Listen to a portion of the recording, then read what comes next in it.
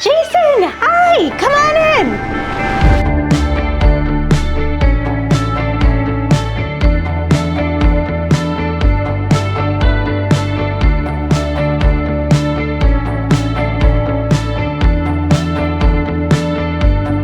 So coming in from the outside, the first thing that you see is the mudroom. This originally was outside, and this was the exterior wall. The original entrance to the home was actually right here, but we converted it into a half bath. So as you look through the house, you're gonna see an arched theme. So we have an arched doorway here.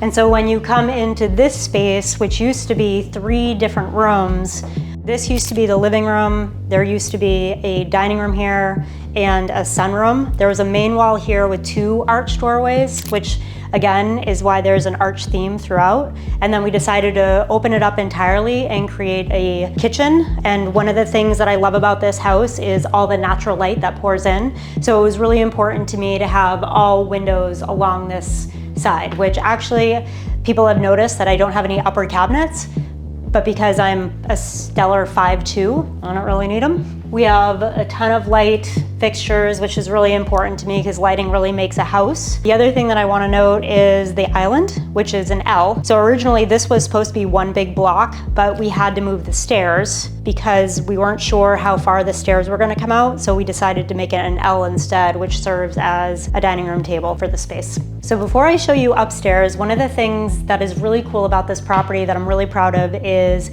this used to be an entire single family home that I converted into an ADU or an accessory dwelling unit where my aging parents actually live in half of it. So all of this is brand new that I converted. And so let's go take a look upstairs. So originally when this house was built in 1931, this staircase wasn't here.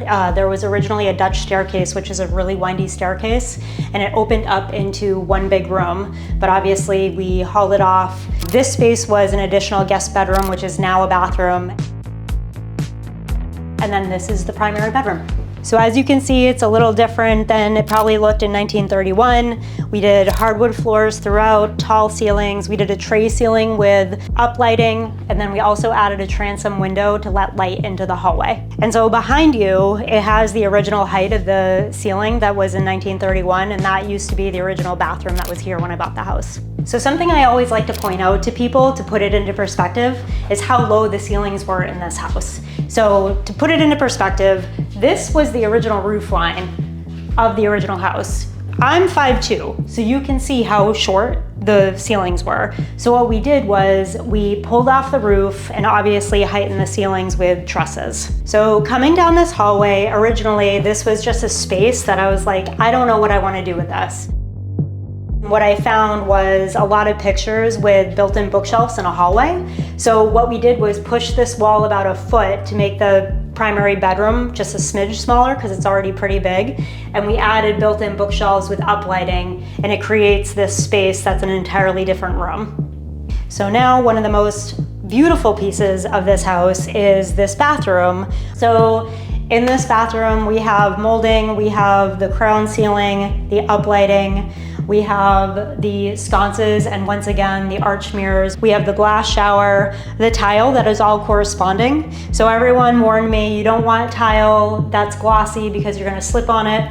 I just look at it, I don't use it, but I have not slipped on it yet. So one thing I like to point out in this bathroom is the mix of metals. A lot of people are afraid of having everything be matchy-matchy. I mixed chrome with black, which I wasn't sure how that was gonna look, but I was actually really excited how it came out. The wood vanity also softens a little bit, and what we did to kind of match it is we put matching shelves in it as well. And then one of my sneaky favorite things in this house is the glass doorknobs, which if you notice throughout, it's still a classic touch, but more modern. So again, I have not used this bathroom yet, and if you were me, would you use the bathtub or the shower first? I need to break it in soon. And welcome to what is technically the primary bedroom. As you can see, we did coffered ceilings in the ceiling, which is really cool. We agonized over that. On this wall, we did an accent wall with grass cloth wallpaper and then a transom window going out. This was technically gonna be the bed wall, but because I'm using this as my office space, we decided to make it one big office. And then in here is where my primary office is, that the accent kind of matches what's going on with the kitchen, and we have a couple of exposed beams, which again, the grass cloth wallpaper is throughout. But my sneaky favorite part of this portion of the house is back here. So we had enough room to add a balcony behind here, overlooking the backyard. So on days where I want to get away from everyone, I'm in my own little tree house and no one can see me back here. And look at that view. And out here is where the relaxation happens. We put in the stone patio, perfect for entertaining, and then we have a 0.76 acre lot where I just enjoy all summer long.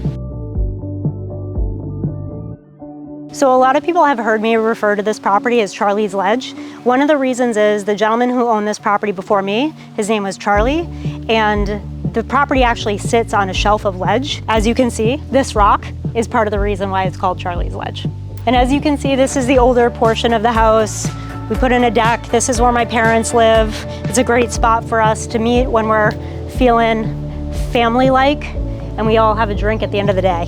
So this tree is the first reason why I bought this house. When I pulled into the property, I fell in love before I even stepped foot in the house. So here we are back where we started, right in front of the front porch that never existed up until a couple years ago. Everything on the second floor is brand new, the dormers, the roof, everything that you see. This used to be a very modest 1930s Cape, and now we've brought it to modern day time, and I love it. It's welcoming, my dog loves it, and you will too. Thanks for coming.